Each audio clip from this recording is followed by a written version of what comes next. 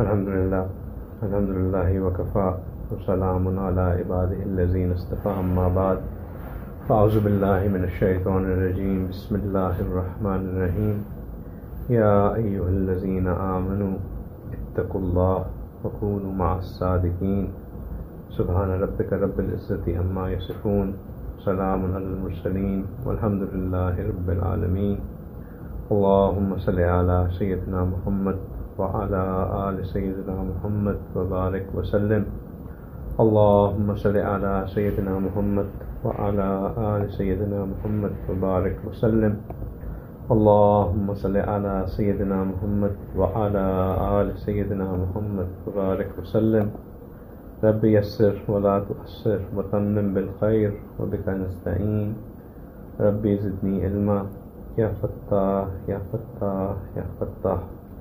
آیت مبارکہ جس کی میں نے تلاوت کی اس میں اللہ سبحانہ تعالیٰ نے ایک بہت اہم پیغام دیا اور 3 اس آیت مبارکہ کے اندر اہم الفاظ ہیں۔ 3 important words in the ayah that I recited۔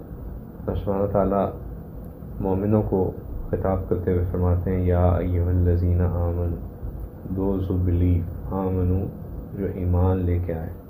ایمان والوں کو خطاب کرتے ہوئے اللہ سبحانہ تعالیٰ کو فرما رہے ہیں کہ جب تم ایمان لے آئے ہو تو اپنے ایمان کی حفاظت کے لیے، اپنے ایمان کی بقا کے لیے، اپنی ایمان کی سے اللہ سبحانہ تعالیٰ حکم فرما رہے ہیں کہ اے ایمان والو تقوی اختیار کرو۔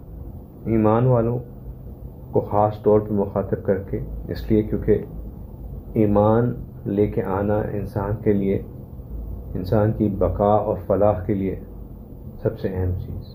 ایمان ہوگا تو انسان اس بات کی امید رکھ سکتا ہے کہ اللہ کی رحمت روز محشر میں اللہ کے بندے کی طرف متوجہ ہوگی۔ ایمان نہیں ہوگا تو اس کا انسان کا اللہ کی رحمت حاصل کرنے کا، دنیا میں تو اللہ کی رحمت حاصل ہوتی رہے گی لیکن روز محشر اللہ کی رحمت سے انسان مستفید نہیں ہو پائے۔ اپنے ایمان کی بقا کے لیے اللہ سبحانہ تعالیٰ نے کہا کہ تقوی اختیار کرو۔ اب یہ تقوی کسے کہتے ہیں؟ عام مفہوم میں تو تقوی سے مراد یہ لی جاتی ہے، ساری بات میں اردو میں کر رہا ہوں، انگلش میں تو میں کچھ کہہ نہیں رہا۔ I'm sorry, I'm not saying anything in English. It's very hard for me to repeat things and then break the flow, so I'll just so you benefit from the barakah of it. Okay. You understand Urdu or you don't understand? تقوی عام مفہوم میں کہتے ہیں، اگر ہم translation دیکھیں، ترجمہ دیکھیں قرآن کا، تو کہتے ہیں کہ اللہ سے ڈرو۔ تقوی محض ڈرنا نہیں ہے، یہ خوف کی کیفیت نہیں ہے، یہ محبت کی انتہا کی کیفیت۔ ایک ڈر ہوتا ہے جو انسان کے اندر کسی کی سختی کے آنے کا ڈر ہوتا ہے، ڈانٹ ڈپٹ کا ڈر ہوتا ہے، مار پٹنے کا ڈر ہوتا ہے۔ ایک ڈر ہوتا ہے کسی کی ناراضگی کا ڈر ہونا، کسی کے دل کو دکھانے کا ڈر ہونا، کسی کو پریشان کرنے کا ڈر ہونا۔ یہ جو دل دکھانے کا ڈر ہونا، کسی کی ناراضگی کا ڈر ہونا، کسی کو دکھ پہنچانے کا ڈر ہونا، یہ ڈر خوف کی وجہ سے نہیں ہوتا، یہ ڈر محبت کی وجہ سے ہوتا۔ تو یہ جو تقوی ہے یہ وہ بڑا ڈر ہے، یہ وہ ڈر ہے جہاں انسان کے دل میں یہ ایک کھٹک لگی رہتی ہے کہ کہیں میرے کسی عمل سے میرا محبوب مجھ سے ناراض نہ ہو جائے، کسی کے ایسے عمل سے میرا رب مجھے اپنے بندوں کی فہرست سے نکال نہ دے، کہیں کسی ایسے کام سے میں اپنے رب سے دور نہ ہو جاؤں۔ یہ تقوی ہے۔ تقوی یہ نہیں ہے کہ مجھے جہنم میں پھینک دیا جائے گا تو میں یہ کام نہ کروں۔ تقوی یہ نہیں ہے کہ میں جو ہوں مجھے اتنی سزا ملے گی اس لیے میں بچا رہوں۔ یہ تقوی کی ابتدا ہے، یہ والا ڈر۔ لیکن تقوی کی انتہا یہ ہے کہ میں جنت الفردوس میں ہوں گا کہ نہیں ہوں گا، میں اس مقام پہ جہاں پہ جو اپنے رب کے سب سے قریب ہے، جو رب کے محبین کی جگہ ہے، میں اس میں ہوں گا کہ نہیں ہوں گا۔ جنت کی بھی درجات ہیں، یہ اپنے محبوب، ابتدا اس کی محبوب کا غضب کا ڈر ہے اور انتہا اس کی محبوب کی قرب سے دوری ہے۔ اس لیے کہتے ہیں کہ تقوی ایک مختلف درجات ہیں۔ پہلا درجہ تو یہ ہے کہ انسان کفر کو چھوڑ کے ایمان اختیار کر لے. یہ تقویٰ کی سب سے بیسک لیول ہے. اس سے انسان اپنے آپ کو خلود فی النار سے بچاتا ہے. خلود فی النار کا کیا مطلب؟ کہ وہ جہنم میں ہمیشہ ہمیشہ خالدین فیہا جسے کہتے ہیں، کہ وہ ہمیشہ ہمیشہ جہنم میں رہے گا. اپنے آپ کو اس سے بچا لے. پھر دوسرا اس کا درجہ یہ ہے کہ انسان ترک معصیت کو اپنا لے، معصیت کو چھوڑ دے. جب یہ معصیت کو چھوڑ دیتا ہے تو پھر وہ دخول فی الجنہ سے اپنے آپ کو، دخول فی النار سے اپنے آپ کو بچا لیتا ہے. یعنی کہ اب اللہ سبحانہ تعالیٰ اس کو جہنم کے روٹ سے جنت میں نہیں لے کے آئیں گے. اب کیونکہ اس کی معصیت ہی نہیں ہے تو لہٰذا وہ اس بات کی امید رکھ سکتا ہے کہ اللہ سبحانہ تعالیٰ اپنی رحمت سے اس کو سیدھا جنت میں ہی داخل کریں گے. اور جو اس کا تیسرا درجہ ہے وہ یہ ہے کہ انسان ہر وہ چیز جو کہ اللہ کی ناراضگی کا سبب بن سکے اس کو ترک کر دے، اور ہر وہ چیز جو اللہ کے قرب کا سبب بن سکے اس کو اپنا لے. ہر وہ چیز جو اللہ کی ناراضگی کا سبب بن سکے اس کو ترک کر دے، اور ہر وہ چیز جو اللہ کی قرب کا سبب بن سکے اس کو اپنا لے. یہ تقویٰ کا سب سے اعلیٰ درجہ ہے، اور اس سے پھر انسان کو قدم با قدم اللہ کا وصل نصیب ہوتا رہتا ہے. تقویٰ کی اتنی اہمیت ہے کہ ایک آیت مبارکہ ایسی آتی ہے جس میں اللہ سبحانہ تعالیٰ ایک ہی آیت میں 2 دفعہ جو ہے وہ تقویٰ کی تاکید کرتے ہیں. اللہ سبحانہ تعالیٰ کہتے ہیں یا ایھا الذین آمنوا اتقوا اللہ، ایمان والو تقویٰ اختیار کرو، اللہ کا تقویٰ اختیار کرو. وَلْتَنْظُرْ نَفْسٌ مَا قَدَّمَتْ لِغَدٍ، اور اس چیز پہ نظر رکھو جو تم نے آگے بھجوائی ہے، اپنی ذات کے لیے آگے بھجوائی ہے، اور ہر شخص دیکھے کہ اس نے آگے کیا سامان بھیجا ہے. پھر فرماتے ہیں وَاتَّقُوا اللَّهَ، اور تقویٰ اختیار کرو اور اللہ سے ڈرو.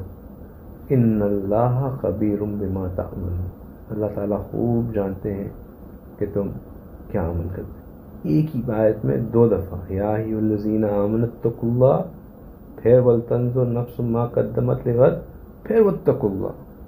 جب ایک ہی بات کی تاکید بار بار کی جا رہی ہو تو اس کا مطلب ہوتا ہے کہ اس کی اہمیت بہت ہے. اس کو دوسرے طریقے سے دیکھا جائے، اللہ سبحانہ تعالیٰ کہتے ہیں ایمان والو تقویٰ اختیار کرو اور ہر اس چیز پہ نظر رکھو کہ تم جو آگے بھیجتے ہو تقویٰ اختیار کرو. یعنی کہ اپنی زندگی کو جیسے کہتے ہیں کہ بریکٹ کر دینا. To bracket something, bracket میں کیا چیز ہوتی ہے؟ امپورٹنٹ چیز ہوتی ہے، رائٹ. اس کو کیپسول کرو. اپنے زندگی کے اعمال کو، اپنی زندگی کے ایام کو، اپنی زندگی کے سوچ کو، اپنی زندگی کی فکر کو بریکٹ کر دو، انکیپسول کر دو تقویٰ سے. اتقوا اللہ اتقوا اللہ. جو کچھ تم آگے بھجوا رہے ہو اگر وہ تقویٰ کے اندر لپٹا ہوا آئے گا تو وہ فائدہ مند ہے. اس کو تقویٰ کی کیپسول پہنا دو، اس کو تقویٰ کی کیپسول پہنا دو. تقویٰ ایک بیسک فنڈامنٹل چیز ہے. اولیاء کی پہچان یہ کہ وہ تقویٰ والے ہوتے ہیں. انا اولیاء، کیا ہے وہ؟ انا اولیاء الا المتقون، کہ متقی ہوگا تو وہ ولی ہے. ورنہ ولایت یہ نہیں ہے کہ آپ جو ہے وہ کسی کوئی خاص درجے پہ بیٹھے ہوئے ہیں، یا آپ سے کوئی کرامات نازل ہو رہی ہیں، یا آپ کے ہاتھوں پہ لوگ جو ہے وہ شفا پا رہے ہیں. اللہ کے ہاں ولایت یہ ہے کہ آپ کے ہاں تقویٰ کا کتنا ہے. ان اولیاء الا المتقون. اور کتنا تقویٰ اختیار کرو؟ جتنی انسان کی استطاعت ہو اتنا تقویٰ اختیار کرو. اللہ سبحانہ تعالیٰ ایک اور جگہ قرآن میں فرماتے ہیں کہ فاتقوا اللہ ما استطعتم. جتنی تمہاری استطاعت ہے، اس میں کوئی اپر لمٹ نہیں ہے کہ میں تو صرف اتنا ہی کر سکتا ہوں، اس سے زیادہ نہیں کر سکتا. جتنی تمہاری استطاعت ہے، جس قدر تم کر سکتے ہو اتنا تقویٰ اختیار کرو. یہ بہت اہم بات ہے کہ اس کی کوئی اپر لمٹ نہیں ہے. ہم یہ نہیں کہہ سکتے کہ میں نے یہاں تک بس اتنا کر لیا تو اب میرا تقویٰ حاصل ہو گیا، اس سے زیادہ مجھے کوئی مزید کرنے کی ضرورت نہیں. جس قدر ہم کر سکتے ہیں اس قدر ہم کریں.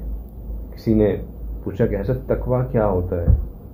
شیخ نے انہوں نے جواب دیا کہ تقویٰ یہ ہے کہ تم اپنی تمام تمناؤں کو مجسم کرو اور ان کو ایک پیالے میں رکھو جو کہ سب کو نظر آ رہا ہو، اور اس پیالے کو یعنی کہ شیشے کے پیالے میں رکھو اور اس پیالے کو پورے شہر سے گھما کے لاؤ، اور تمہیں یہ ڈر نہ ہو کہ کسی میری ایسی تمنا اس میں کوئی ہو جس کو لوگوں کو پتہ چل جائے تو وہ شرمندہ ہو جائے.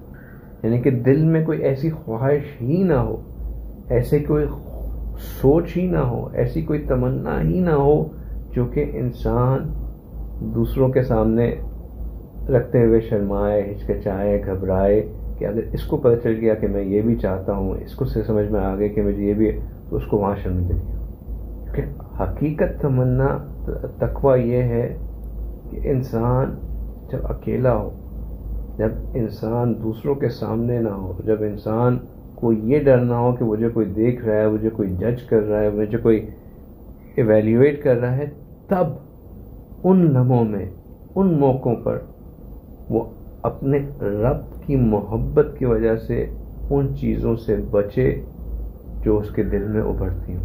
یہ حقیقت ہے. اور جو شخص یہ کرتا ہے وہ واقعی متقی ہے. اللہ سبحانہ تعالیٰ تقویٰ کی تلقین کرنے کے بعد آگے ایک اور بات فرماتے ہیں. اللہ سبحانہ تعالیٰ کہتے ہیں کہ یا ایھا الذین آمنوا اتقوا اللہ. یہ تو جیسے میں نے بتایا کہ ایمان کی حفاظت کے لیے بتا دیا کہ تقویٰ اختیار کرو، لیکن اللہ سبحانہ تعالیٰ ہاف بیک سلوشن نہیں پرووائڈ کرتے. یہ نہیں کہتے کہ تقویٰ اختیار کرو اور اس کے بعد انسان کو سمجھ ہی نہ آئے کہ تقویٰ اختیار کیسے کرنا ہے. پورا سلوشن دے دیا کہ اب تقوی کی تو تمہیں سمجھ میں آ گئی کہ اہمیت کتنی ہے اپنے ایمان کی حفاظت کے لیے، کہ اس کو تم نے پورے اپنے تمام اعمال کو تقویٰ کی جو ہے وہ اس کو ان کو انکیپسول کرنا ہے تقویٰ کے اندر. لیکن اب تقویٰ اختیار کیسے کرو گے؟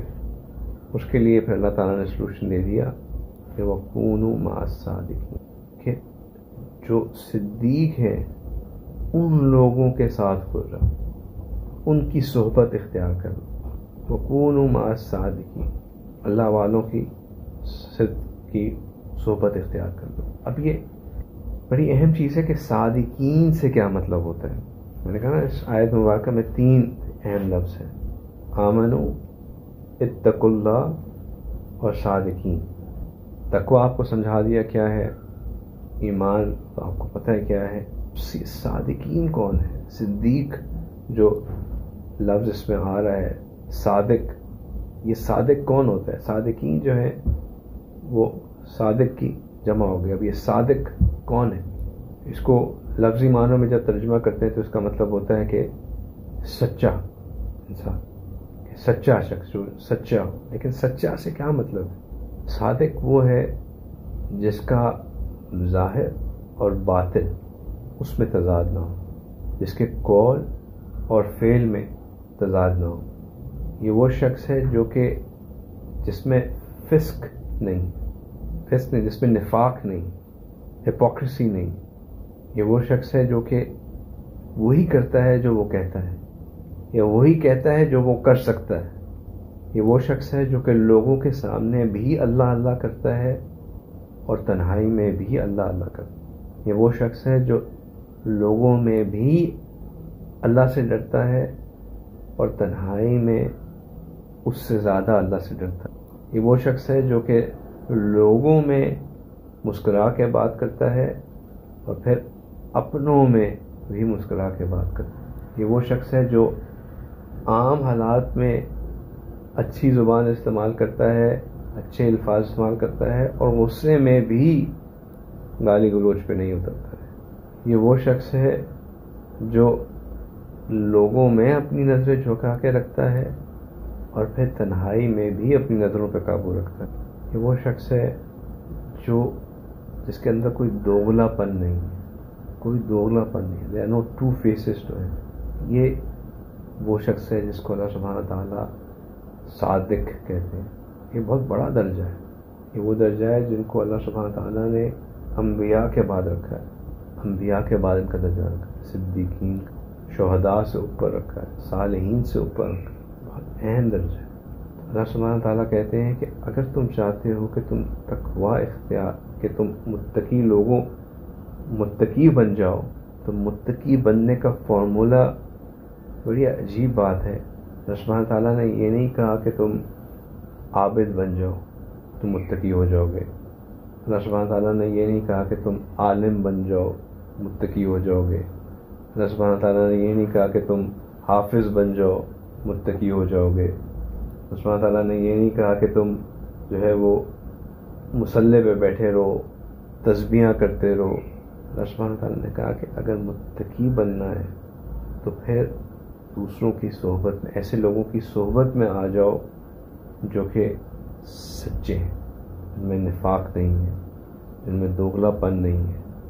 ایسے لوگوں کی صحبت میں آنے سے تمہارے اپنے ایمان کی حفاظت بھی ہو جائے گی اور تمہیں تقویٰ بھی مل جائے گی. اس کی بہت یہ جو آیت مبارکہ ہے، یہ اس بات کی 100% پروف ہے کہ ہمارا دین جو ہے وہ 100% حق ہے، کیونکہ وہ ہیومن سائیکالوجی کے اوپر بیسڈ ہے، ان ریئلسٹک باتوں کے اوپر بیسڈ نہیں. جب انسان تنہا ہوتا ہے، لاجکلی اگر بندہ سوچے بھئی میں اب نیکی کر چکا ہوں، نیکی میں نے پا لی ہے، اب مجھے اکیلے رہنا چاہیے کہ مجھے کوئی ایکسٹرنل انفلوئنس نہ آئے اور میں اپنی اسی نیکی کے اوپر جمع رہوں. جتنا میں آئسولیٹڈ ہوں گا، جتنا میں الگ ہوں گا، اتنا ہی میرے لیے بہتر ہے. ہٹ کٹ کے میں بس پڑھا رہوں اور اپنی اللہ اللہ کرتا رہوں، اس سے زیادہ مجھے کیا بے چیز حاصل ہو سکتی. اللہ تعالیٰ ہمیں مثالیں دیتے ہیں ایسے لوگوں کی جو کہ الگ رہے، 3 سال 300 سال اور 400 سال عبادت کرتے رہے، اور پھر ایک وقت ایسا آیا کہ ان کے نفس نے ان کو دھوکہ دے دیا، اور پھر اللہ سبحانہ تعالیٰ قرآن میں ان کو کتے کی طرح کہتے ہیں. ان کو کہتے ہیں اللہ سبحانہ تعالیٰ کہ ان کی مثال تو ایسی ہے جیسے کہ یہ کتے ہوں جن کی زبان ہر وقت لٹکی رہتی ہے. کیوں؟ چونکہ ان کے نفس ان کے اوپر غالب آ گئے، شیطان ان کے اوپر غالب آ گیا، شیطان نے دھوکہ دے دیا. لیکن اللہ والوں کی جو نیکوں کی صحبت ہے، یہ انسان کی سائیکالوجی کے بالکل جو ہے وہ پرفیکٹلی الائنڈ ہے. اسی لیے رسول اللہ صلی اللہ علیہ وسلم نے فرمایا کہ بندہ اپنے دوست کے دین پر ہوتا ہے، بندہ اپنے دوست کے دین پہ ہوتا ہے. اور ہم عام زبان میں بھی یہ بات کہتے ہیں، man is known by the company he keeps. بندہ پہچانا جاتا ہے اسی سے جس طرح کی اس کی صحبت ہوتی ہے. کیوں؟ کیونکہ اس سے ریفلیکٹ ہوتا ہے کہ یہ بندہ کون ہے، اس کی سوچ بتاتی ہے، اس کی فکر بتاتی ہے. ہماری ہیومن سائیکالوجی ہے کہ اگر ہم کسی گروپ کا پارٹ ہوتے ہیں تو اس گروپ کے پھر ہم اپنے آپ کو جب اس سے ایسوسیٹ کرنا شروع کر دیتے ہیں تو ہماری نیڈ آف بلانگنگ جو ہے ہمیں پش کرتی رہتی ہے کہ میں اسی گروپ کی طرح چلتا رہوں. اگر آپ نے دیکھا ہوگا جو لوگ ہارلے ڈیوڈسن چلاتے ہیں وہ ہمیشہ ایک پرٹیکولر گروپ میں ہوتے ہیں، ایک ہی طرح کی جیکٹس پہنتے ہیں، ایک ہی طرح کے ان کی ہیلمٹس ہوتے ہیں، شوز وغیرہ. وہ ایک ان کا ایک اپنا ایک رنگ ہوتا ہے. اور جو بھی ان بائکرز کے گروپ میں شامل ہونا چاہتا ہے وہ آٹومیٹکلی اپنے آپ کو اڈیپٹ کرتا ہے کہ میں ویسا ہو جاؤں. کیوں؟ تاکہ میری پہچان وہ بن جائے اور میری ایکسیپٹیبلٹی ہو جائے، چاہے اس بندے کے اندر وہ ویسے پرسنالٹی ٹریٹس ہوں یا نہ ہوں، لیکن وہ اپنے آپ کو فورس کر رہا ہوتا ہے کہ میں یہ پرسنالٹی ٹریٹس اپنا لوں تاکہ میں اس گروپ میں مجھے ایکسیپٹیبلٹی مل جائے. یہ انسان کی سائیکالوجی ہے کہ وہ جس گروپ کا حصہ بننا چاہتا ہے وہ آٹومیٹکلی اپنے آپ کو پش کرنا شروع کر دیتا ہے کہ میں اس طرح کے لوگوں کی طرح ہو جاؤں کہ تاکہ میں اسی گروپ میں ایکسیپٹ ہو جاؤں. یہی وجہ ہے کہ اللہ سبحانہ تعالیٰ نے کہا کہ اگر تم تقوی اختیار کرنا چاہتے ہو، تقوی کے اعلیٰ معیار تک پہنچنا چاہتے ہو، تو ایسے لوگوں میں آ جاؤ جو کہ آلریڈی اس طرح کے ہیں، تاکہ تم اپنے آپ کو پش کرتے رہو کہ میں نے اس گروپ میں رہنا ہے، اب میں نے ہر وہ چیز کرنی ہے جو یہ کرتے ہیں. کیونکہ اس میں اور سب سے خوبصورت بات کیا ہے کہ اس گروپ میں ہونے والے لوگوں کے اندر نفاق نہیں ہوگا. یہ جو بھی چیز کر رہے ہوں گے یہ جینوئنلی کر رہے ہوں گے. لہٰذا اب میں بھی اپنے آپ کو پش کروں گا کہ میں نے بھی جینوئنلی ایسا بننا ہے. باقی ہر نیکوں کی طرح کے جو مختلف نیک اعمال کرنے والے ہیں اس میں یہ شاید ہو سکتا تھا کہ شاید اس میں ریا ہو، یہ لوگ جو کام کر رہے ہیں یہ ریا کے لیے ہوں، میں بھی اب ریا کے لیے یہ کام کر رہا ہوں. اللہ تعالیٰ نے اس آبجیکشن کو ہی زیرو آؤٹ کر دیا جب لفظ یہ کہہ دیا کہ ما صادقین کی یہ تو وہ لوگ ہیں ان کے ریا تو ہے ہی نہیں. لہٰذا اب جب تم بھی ان جیسے ہو رہے ہو تو تمہارے اندر بھی ریا نہیں ہوگی، کیونکہ تم صادقین کی طرح ہونے کی کوشش کر رہے ہو، تو ان میں تو ریا ہوتی نہیں.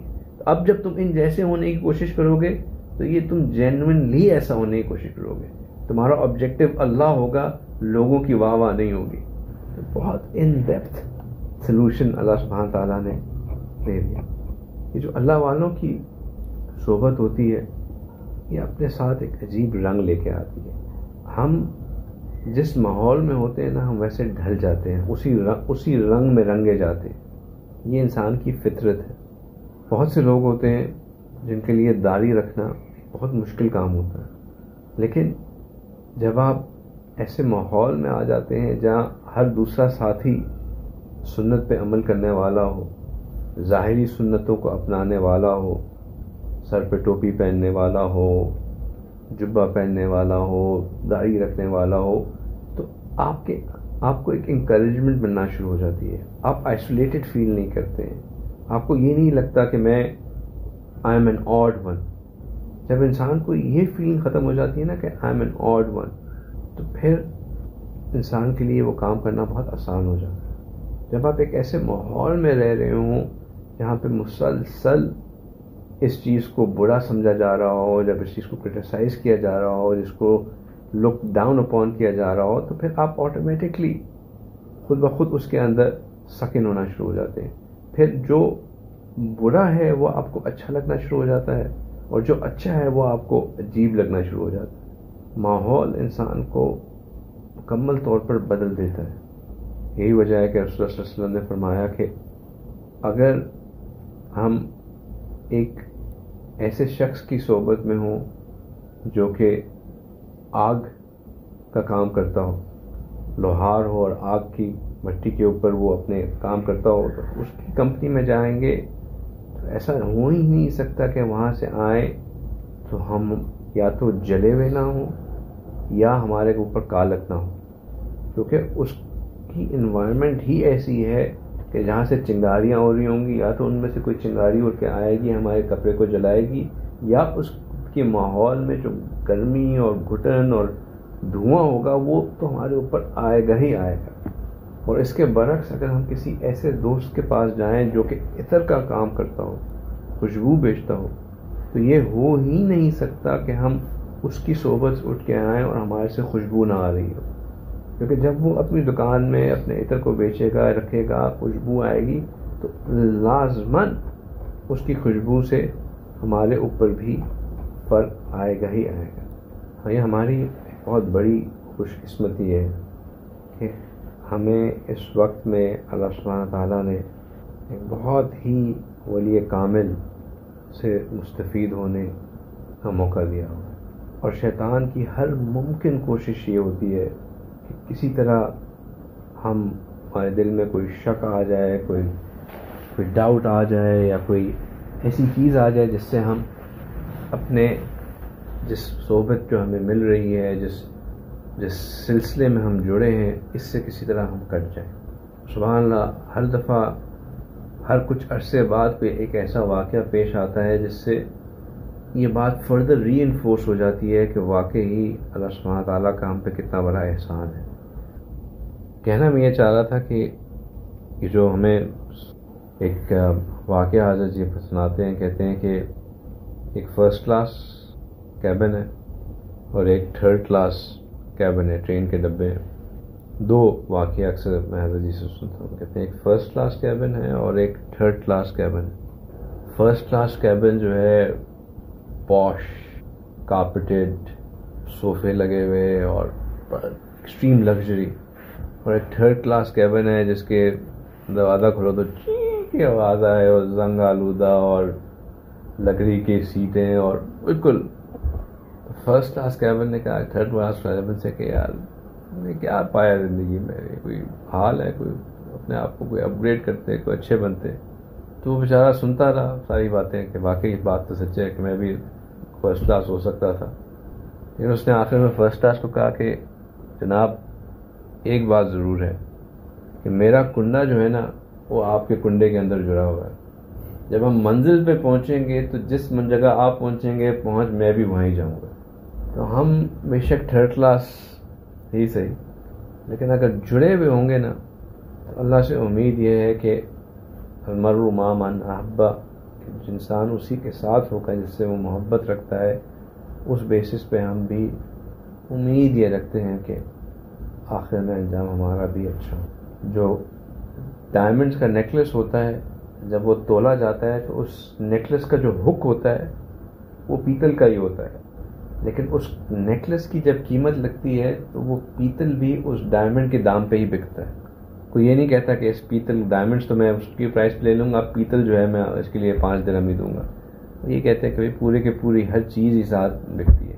تو یہ جو صحبت ہے نا اس کے سب سے بڑا فضل یہی ہے کہ المرء مع من احب، انسان اسی کے ساتھ ہوگا جس سے وہ محبت کرتا ہے. اگر ہم اپنے شیخ سے محبت کریں گے، ہمارے شیخ اپنے شیخ سے محبت کرتے تھے اور وہ اپنے شیخ سے محبت کرتے اور وہ اپنے شیخ سے محبت کرتے تھے، اور ان کے شیخ کے شیخ کے شیخ کے شیخ ابو بکر صدیق رضی اللہ تعالیٰ عنہ تھے. اور ابو بکر صدیق رضی اللہ تعالیٰ عنہ صدیق بھی تھے اور عاشق رسول بھی تھے. تو وہ اپنے محبوب کے ساتھ ہوں گے اور ہم اپنی محبت کی وجہ سے انشاءاللہ سب کے سب ان کے ساتھ ہوں گے. لیکن اس محبت سے فائدہ اٹھانے کے لیے ضروری یہ ہے کہ اس بات پہ توکل نہ کر کے بیٹھ جائیں کہ میں تو جی شیخ سے بڑی محبت کرتا ہوں، میں تو اتنے اولیاء کے ساتھ جڑا ہوا ہوں، میرا تعلق تو اس کے ساتھ ہے، میں سلسلہ نقش بندیہ مجدیہ میں داخل ہوں. یہ ٹائٹلز کسی کام پہ نہیں آئیں گے. اس محبت کا تقاضا یہ ہے کہ کونوا مع الصادقین، ان جیسا ان کے رنگ میں رنگنے کی کوشش کریں، ان کے صدق کو اپنانے کی کوشش کریں. صادقین کے ساتھ کا لفظ ہی یہ ہے کہ اپنے اندر سے دوغلا پن ختم کریں، اپنے اندر سے میں کو ختم کریں. یہ جو ایک شیطان کا سب سے بڑا حربہ یہ ہے کہ وہ بندے کو کہتے ہیں جی میرا تو بڑا اچھا تعلق ہے، میں تو ان کے ساتھ المرء مع من احب، میں تو جی ان کے ساتھ بڑی محبت کرتا ہوں، میں نے تو خیر میرا تو اچھا انجام ہونا ہی ہونا ہے. یہ جو میں بار بار آ رہا ہے نا، یہ اس بات کی نشانی ہے کہ آپ غلط راستے پہ. میں نہیں، محبت کا تقاضا یہ ہے کہ بندہ محبوب کے رنگ میں رنگ جائے. کیونکہ وہ صدیق ہیں، وہ صادق ہیں، تو پھر ہم بھی اپنے اندر صداقت لے کے آئیں، ہم بھی اپنے اندر سچائی لے کے آئیں، ہم بھی ویسے بنیں. جتنا اپنے آپ کو جوڑیں گے، جتنا اپنے آپ کو اس طرح بنائیں گے، اتنا ہمیں انشاءاللہ فائدہ ہوگا. صحبت میں آئیں، صحبت میں آنے سے فائدہ ہوتا ہے. ثاقب فائدہ ہوتا ہے کہ نہیں ہوتا ہے؟ آواز نہیں آ رہی. دیکھیں ایک فائدہ تو یہ ہوتا ہے کہ ٹوپی بدل جاتی ہے. ابھی ثاقب ہمارے ساتھ عمرے پہ تھے تو اس لیے میں ثاقب کو ہم پٹیں گے آن دا اسپاٹ لائٹ. فائدہ تو ہوتا ہے ہمیشہ، یہی کوشش کرنی ہے. کوئی فارمل میں نے لمبا بیان نہیں کرنا تھا. 1-2 سوالات تھے کچھ ساتھیوں سے، وہ کہہ رہے ان کو آواز ہی نہیں گئی. سلیم صاحب آپ کو تو آواز ہی نہیں گئی ہے، اب آپ نے پھر اس کو جو ہے وہ ریکارڈنگ سننا ضروری ہے. لیکن اس بات کو سمجھیں، اس بات کی اہمیت کو کہ اس کی سگنیفیکنس کتنی زیادہ ہے. فاروق بھائی کیا کہہ رہے ہیں؟ داڑھی بھی لمبی ہو جاتی ہے. وہ تو کیمرہ آن ہوگا تو پتہ چلے گا، کیمرہ آف میں تو نہیں کہہ سکتا میں کچھ. صحیح ہے، ٹھیک ہے. انشاءاللہ باقی اس کے اوپر دوبارہ مزید بات کریں گے کہ صحبت. ابھی بات صرف سمجھانا یہ تھی کہ صحبت کی اہمیت کو انڈر ایسٹیمیٹ کرنا کریں، اور جن لوگوں کی کے تعلق سے ساتھ ہمارا تعلق جڑ چکا ہے اس کو غنیمت سمجھیں. انشاءاللہ کی برکت سے اللہ سبحانہ تعالیٰ سے امید رکھ سکتے ہیں کہ اللہ ہمیں اور ہماری اولاد اور ہماری آنے والی نسلوں سب کے لیے خیر پیدا کریں. آخر دعوانا الحمدللہ رب العالمین.